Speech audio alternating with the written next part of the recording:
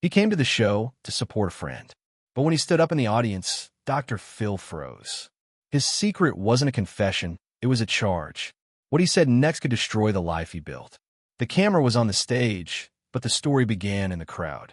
Dr. Phill had just asked a guest, a young father, what forgiveness meant to him. The man started to talk about second chances and new beginnings when, from the second row, a voice cut through the studio like a bell. "That's not forgiveness," the voice said. Not loud, not angry, just certain. Heads turned. The floor manager looked up from her clipboard. In the sea of faces, a man in a denim jacket stood slowly, as if his own legs had betrayed him. Mid-40s, tired eyes, hands that looked like they'd done honest work for years. He didn't look like trouble. He looked like regret. Dr. Phill shifted in his chair. "Sir, you've got something on your mind," he said, calm as a heartbeat. "What is it?" The man swallowed. "My name is Eli Turner," he said. His voice trembled on the last word. "And I don't deserve the name I use." A hush fell across the room. Not the kind of hush that asks for applause. The kind that waits for truth. Dr. Phill gestured toward the aisle. "Eli, would you join me up here?" The guest on stage slid his chair back, and a path opened. Eli walked as if each step cost him a year he'd been trying to forget. Where he sat, he didn't look at the audience or the cameras. He looked at the floor like the story lived there. Dr. Phil's tone softened. "You said you don't deserve your name." "What?" Eli's jaw tightened. "Because it's not mine." Time stretched. A camera punched in.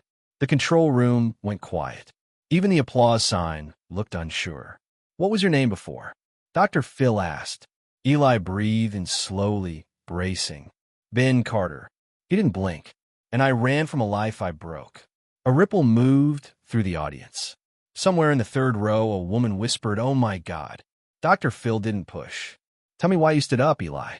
Eli's eyes flicked to the earlier guest, then back to Dr. Phill. He said forgiveness means starting fresh. But I've never asked for forgiveness. Not the real kind. The kind where you tell the truth. His voice thinned. "I've been living like a good man with a bad dream. But the dream is what happened. I'm the part one invented." Dr. Phil's hands folded on his knee. "There's a lot sitting behind that sentence," he said gently. "What happened to Ben Carter?" Eli looked into the lights and didn't flinch this time. 15 years ago, in Ohio, there was a fight. I didn't start it. I didn't mean. God, I didn't mean for it to end the way it did." His breath hitched. "A man didn't wake up. I ran. I told myself I'd turn myself in when I could explain it right. But the longer I waited, the more I needed a different name to sleep." A murmur. Then silence again. Dr. Phill turned slightly, angling his body toward Eli, not the cameras. "You understand, if what you're saying is true, this is serious. Legal. Moral. Life-changing." "I know," Eli said. "I've known for 15 years. Why now?" Eli swallowed hard. "Because the truth keeps catching up. Last week my son asked me, 'What's the worst thing you ever did?' And I heard myself say, 'Lie.' I couldn't breathe after that. I realized I was raising him to be honest with a father who wasn't." The audience didn't fidget. Even the coughs were quiet. "Does your family know your past?" Dr. Phill asked. Eli's eyes flicked to the audience. A woman in a red sweater had both hands over her mouth. Tears streaked her cheeks. "That's my wife," Eli whispered. "She knows I came here for a friend." She didn't know this. Dr. Phill nodded once, a small gesture of respect for the woman's shock. "We'll bring her into this when she's ready," he said. Then, to Eli, "If you could say one sentence to the family of the man who died, what would it be?" Eli shut his eyes. When he opened them, the self-protection was gone. "That I didn't just run from the law," he said softly. "I ran from you. I told myself I was protecting my wife, my kids. But really, I was protecting my fear." Dr. Phill let the words sit. He knew the weight of silence. He used it like a surgeon uses a pause. "Eli," he said finally, "why did you stand up today? You could have gone home, kept quiet, kept your life." Eli shook his head. "I don't have a life. I have performance. Every birthday party, every church picnic, every hey neighbor, it's all been a role. I came today to clap for someone else's truth. And I realized I don't want to be the only liar in the room." In the control room, a producer whispered, "This is real." Another said, "Keep rolling. Don't blink." Dr. Phil's voice dropped. "Do you understand that sitting here, saying this, is the point of no return?" "I do," Eli said. "A breath. I want that point." Dr. Phill nodded. "All right, then we're going to do this right. We're going to verify what we can, protect who needs protecting, and tell the truth without turning it into a spectacle." He glanced toward the crew. "Let's pause the scheduled segment." A low buzz of movement, then stillness again. The stage had become a confession booth. Dr. Phill faced him. "You said your name was Ben Carter. You said a fight led to a man's death. You said you ran. If that man's family could hear you right now, what would you ask of them?" Eli's answer came without rehearsal. "A path," he said. "Not out. Through." The line hung in the air, clean, unadorned, heavy. Dr. Phill leaned back, eyes steady. "You didn't come for advice," he said. "You came for redemption." Eli didn't smile. "I don't know if I deserve it." "Redemption isn't a gift," Dr. Phill said. "It's a road. The first step is truth." He paused. "You've taken it." A producer hurried to the edge of the stage and murmured something into Dr. Phil's earpiece. He listened, nodded once, then looked back at Eli. "The case you're describing," Dr. Phill said, voice even, "matches an unsolved file out of Ohio. The victim's sister has been searching for answers for 15 years. He let that land, gentle, not dramatic. She's seen the clip of you standing up. She's on the phone." Eli's hands tightened on the chair arms. Right now, Dr. Phill said, "This can wait until you're ready. But if you are, we'll make the call, only with your consent. You have a choice in how you step forward." Eli looked toward the ceiling lights, blinking back the sting. "I've been running from choices. I can make this one." He turned to the camera, not for the audience, but for the woman on the other end of a phone he hadn't picked up in 15 years. "Call her," he said. The studio didn't breathe. Dr. Phill nodded to the booth. Somewhere a line clicked. Somewhere a ringtone sounded like a clock. And somewhere a sister who had waited for a name was about to hear the voice that took it. Would you risk everything to tell the truth, if it meant finally forgiving yourself? The screen fades to black. Then a date burns in white text. Ohio, 2008. Rain lashes the windshield of a rusted pickup truck. Inside, Ben Carter, the man who would later call himself Eli Turner, grips the steering wheel hard enough to leave marks. His face is younger, his eyes still bright. In the passenger seat, a folded hospital pamphlet sits beside a sonogram photo. A baby on the way. A new life just beginning. The narrator's voice, calm, low, measured, breaks the sound of the storm. He was 28.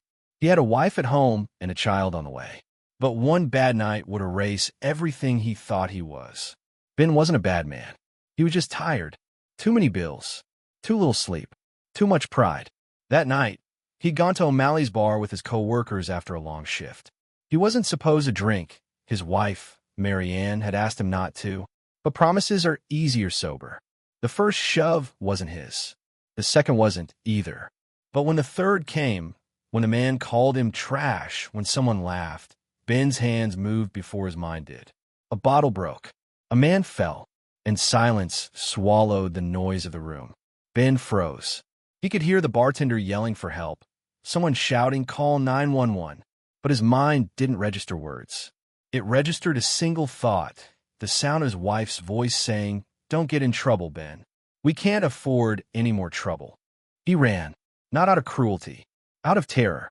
By the time the ambulance arrived, Ben was already miles down the highway, his breath fogging against the window. The night lights blurred like smears of guilt. He stopped at a gas station hours later. The TV above the counter was playing local news, a breaking report. One man dead after a bar altercation in Dayton. Suspect fled the scene. A grainy still image filled the screen. His own face, taken from a driver's license photo he hadn't realized was so haunting. He turned and left the station. He didn't buy gas. He didn't go home. He drove until dawn bled pink across the horizon and the road signs changed from Ohio to Kentucky. That's where Ben Carter disappeared, and Eli Turner was born. Years passed. He learned how to build fences, patch drywall, keep his head down. He never used credit cards, never told anyone where he came from.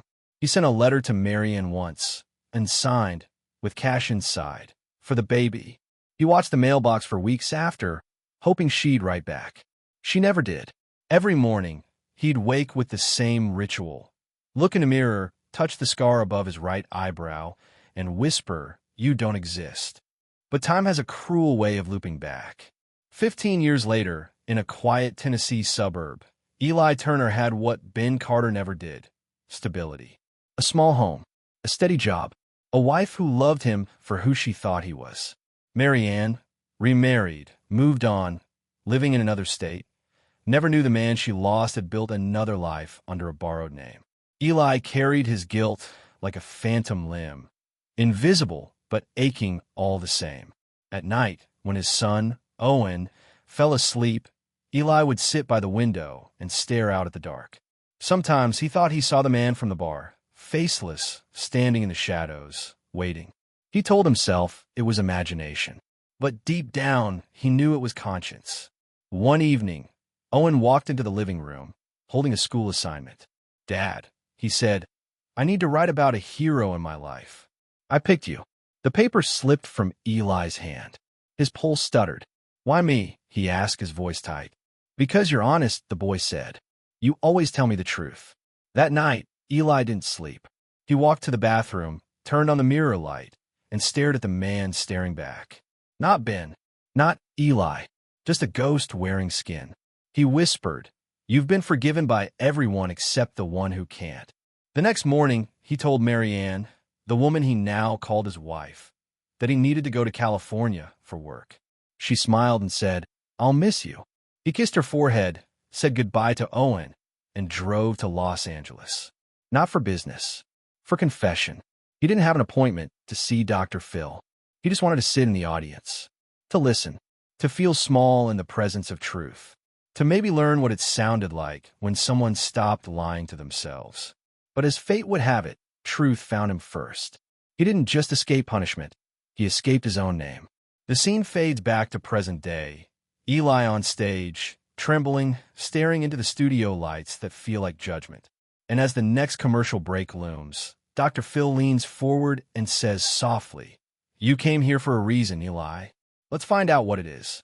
Is it ever too late to turn yourself in, or to turn your life around?" The commercial break ends early. The studio doesn't feel like a talk show anymore. It feels like a courtroom that no one prepared for.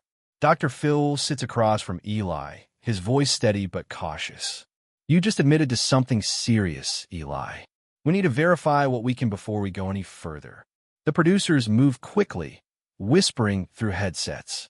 A laptop is open at the control booth. They type in the name Ben Carter, Ohio, 2008. It doesn't take long.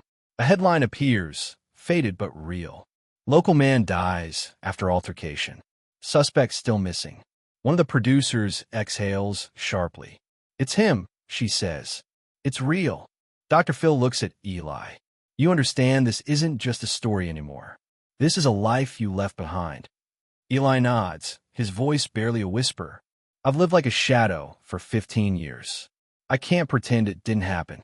In the audience, Mary Ann sits frozen, her face pale, her hands trembling against her lap. She'd known her husband was hiding something. The way he avoided certain questions, how he'd flinch at police sirens. But this? A cold truth washes over her. The man she built a family with didn't just lie. He disappeared from someone else's. "Mary Ann," Dr. Phill says gently, turning toward her, "do you want to come up here?" She hesitates, then walks slowly to the stage. The audience watches, silent. She doesn't look at Eli at first. She just stands beside Dr. Phill, gripping her wedding ring. "When I met him," she says quietly, "he was kind, gentle. He helped my parents fix their roof for free. I never thought he was running from anything except bad luck." Her voice cracks. "I didn't marry a murderer. I married a man who believed in redemption." Eli's eyes well with tears. "I never meant to lie to you," he says. "I didn't kill that man out of hate. It was a fight that went too far. I panicked, and then I became someone else." Dr. Phill listens, but his gaze stays sharp. "You say you panicked, but you built a life under a false name. That's not panic, Eli. That's a decision. Over and over again." Eli nods. "I know. Every day, was another lie I told to stay alive. The studio feels heavier now, not from judgment, from truth. The kind that doesn't shout. The kind that whispers, "You can't outrun what you did." A producer leans in, whispers something into Dr. Phil's ear. His expression shifts, calm, but purposeful. He looks back at Eli. "There's someone you need to hear from," he says. "Someone who never stopped looking for answers." Eli's brow furrows. "Who?" Dr. Phil's voice lowers. "The sister of the man who died that night. She saw the news clip of your confession. She's on the phone." The air drains from the room. Even the camera operators freeze. Eli's lips part. She's alive?" Dr. Phill nods. "She's been waiting 15 years to hear your name. But now she's hearing another one." Eli shakes his head slowly. "I can't face her." "Eli," Dr. Phill says, steady but kind, "you already are." He signals to the booth. The control room's glass door swings open. A staff member steps out with a cordless phone, its light blinking red. They place it on the table between Eli and Dr. Phill. "This is her," Dr. Phill says quietly. "Her name is Janine." Eli stares at the phone like it's a mirror, showing him the man he tried to bury. "Do you want to speak to her?" Dr. Phill asks. Eli's voice cracks. "I don't deserve to." "That's not the question," Dr. Phill says. "Do you need to?" Silence. Then a whisper. "Yes." Dr. Phill presses the button. "Janine, you're on with us," he says. "Can you hear me?" A soft voice answers through the speaker. "Yes." A pause.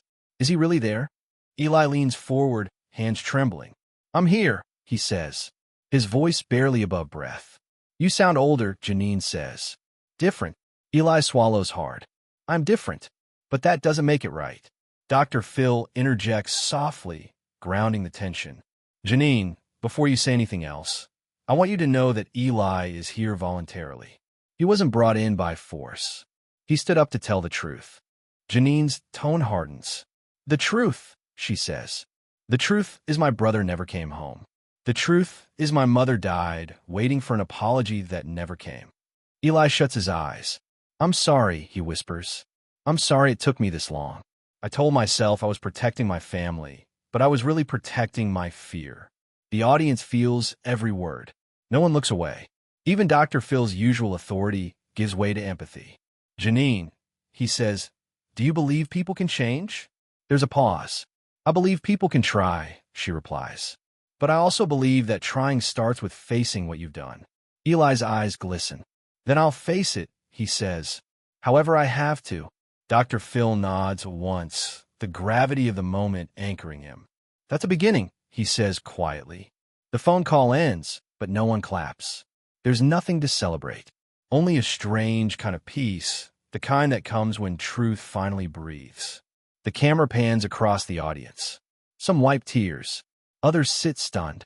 Dr. Phill leans forward, voice low but steady. "You didn't just come here to confess," he says. "You came to take responsibility. That's what separates guilt from growth." Eli nods. "I've been living in guilt. I want to start living in growth." Dr. Phill gestures to a producer. "We're going to help you do this the right way." There's a lawyer backstage. "You can tell your story, officially, before the sun sets tonight." Eli exhales, trembling. "I never thought the day I turned myself and would feel like freedom." Dr. Phil's final words before cutting to break carry the tone of a verdict. "You didn't come here for punishment. You came here for peace. But peace doesn't come until you stop running." The lights dim. The credits for the segment roll. But nobody leaves their seat.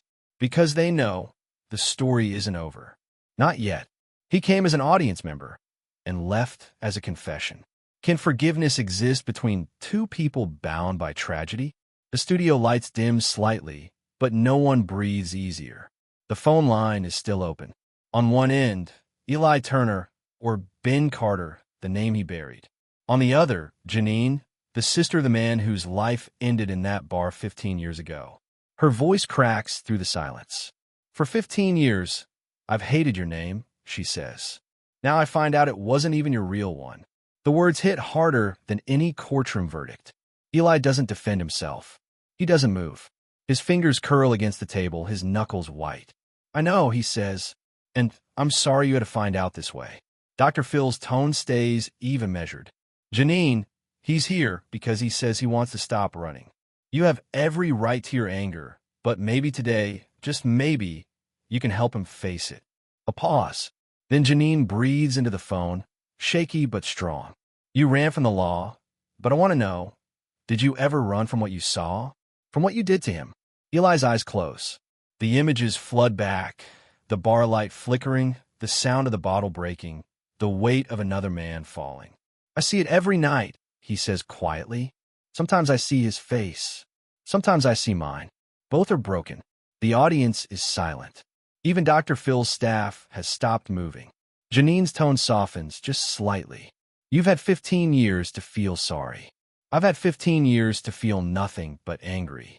You got a little life, a wife, kids, and name. What did my brother get? Eli's voice breaks. He got my fear, and I've carried it every day since. For the first time, Janine doesn't respond with rage. There's pain in her silence, but also the first trace of release. Dr. Phill leans forward. Eli, I've worked with hundreds of people running from their past. Most think facing it means losing everything. But sometimes, facing it is how you earn it back. Eli's breath trembles. How do I start? Dr. Phill looks toward the phone. Janine, there's a long pause. Then, softly, she says, you start by not pretending this is closure. You start by taking responsibility. And you keep going until your apology means more than your excuses. The audience exhales as if they've been holding their breath for 10 minutes straight. Eli nods. Then, that's what I'll do. The camera cuts to Marianne, his wife, watching for backstage, eyes full of tears. A producer whispers, do you want to come out? She shakes her head. Not yet. He needs to finish this first. Back on stage, Dr. Phil's tone is calm but piercing. Eli, you've told the truth. You've spoken to the victim's sister. The question now is, will you do what's right, even when the cameras turn off? Eli's eyes lift to meet his. Yes, I want my son to grow up knowing his father didn't hide. Dr. Phill nods slowly. Then let's make that happen. He turns slightly toward the phone. Janine, is there anything you want to say before we end this call? A pause. Then, almost a whisper, don't waste the second life you stole. The line goes quiet. Dr. Phill gently ends the call. Eli stares at the phone for a long time. His lips move, but no sound comes out. Then finally, one sentence. I've been waiting 15 years to hear someone tell me what to do next. Dr. Phill stands, his voice lowering to that soft but certain register that only comes out during moments like this. Eli, he says, you've carried guilt like a sentence. But guilt isn't justice. It's just pain on repeat. Justice begins when you walk toward it. Eli looks up, eyes rimmed red. Will you help me? Dr. Phill nods once. Yes, but not to save you, to guide you. There's a difference. He signals quietly to a producer off stage. We'll arrange legal counsel. You'll talk to them today, and you'll do it on your terms. No spectacle, no cameras. Just truth.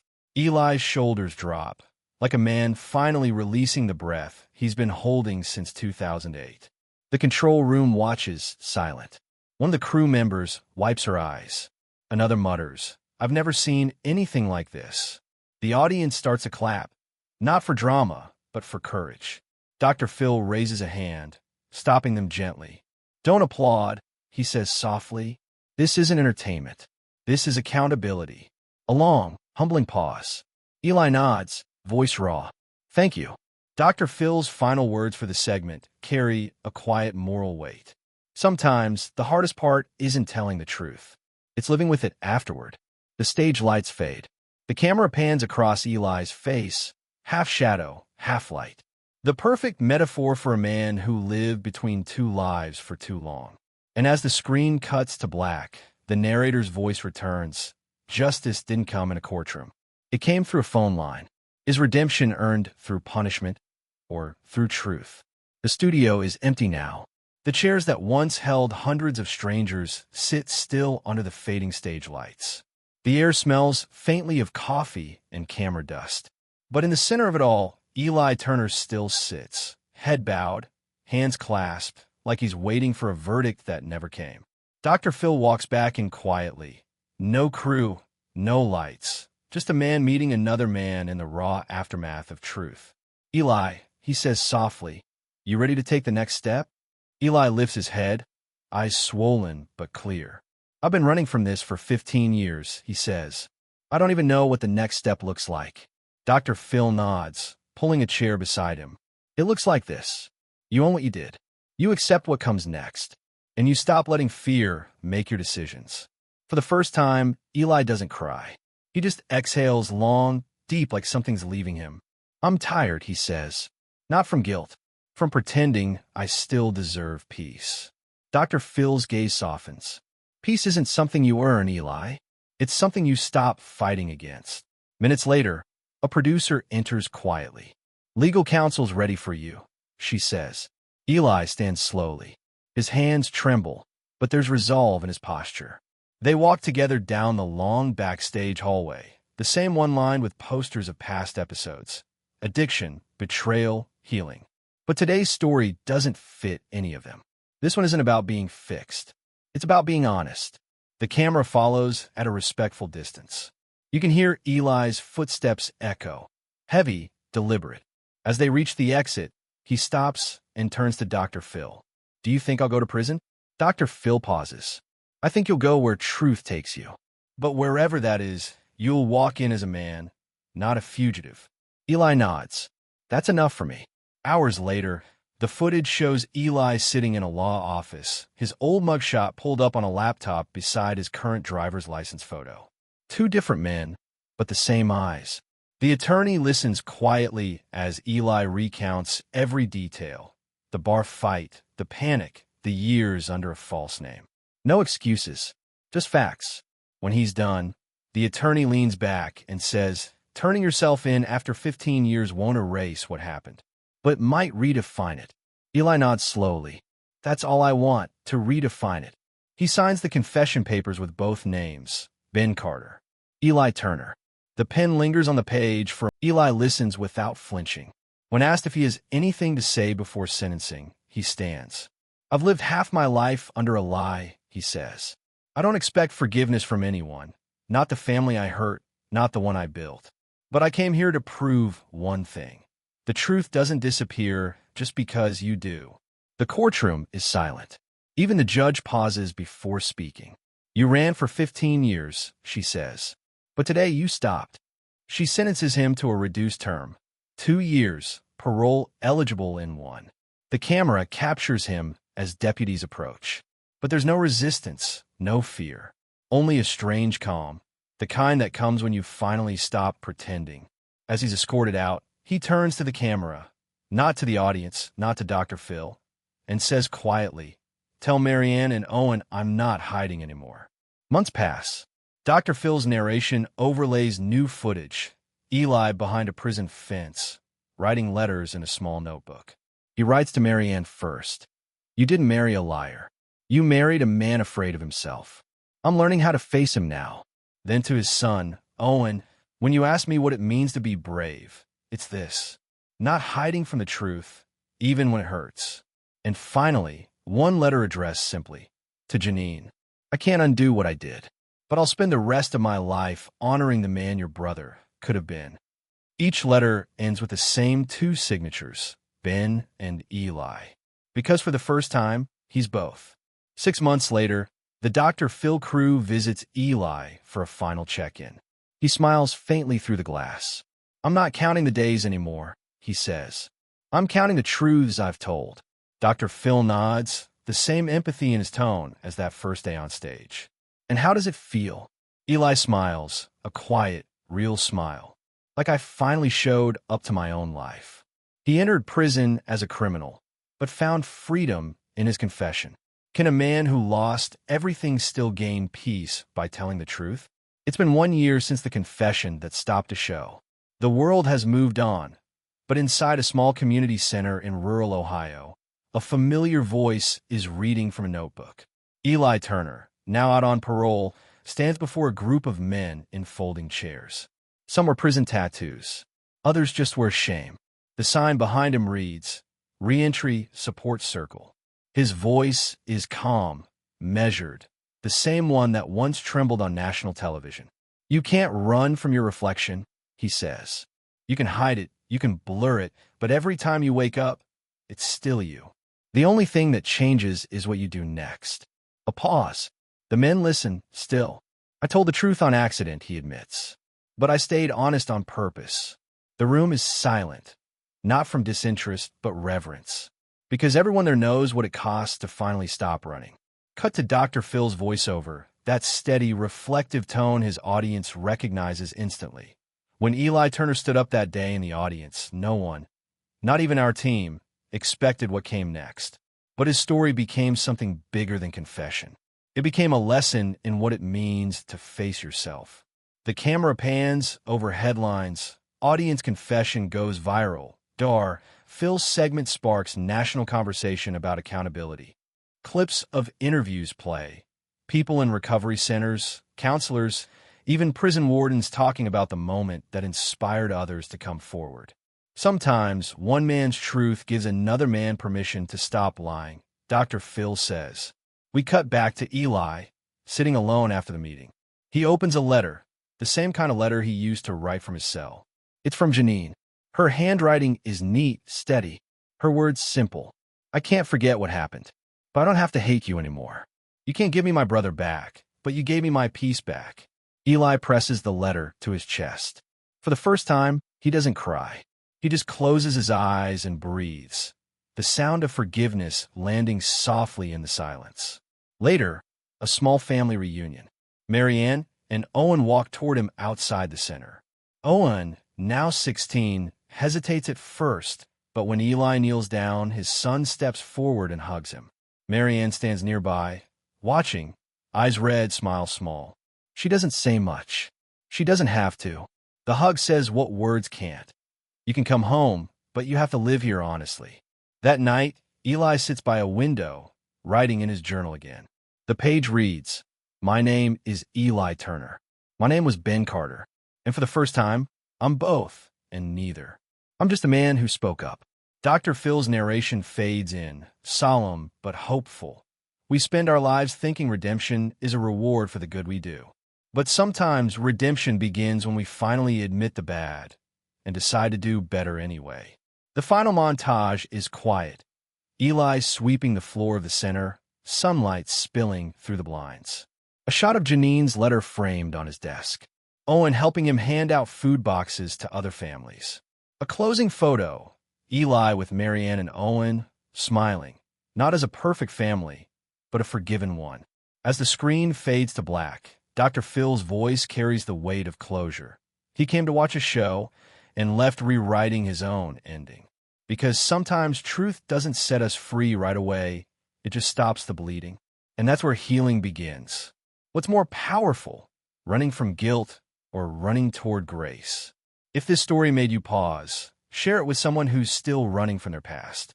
Because sometimes the hardest confessions are the ones that finally make us whole. And remember, the truth we fear most is often the one that saves us.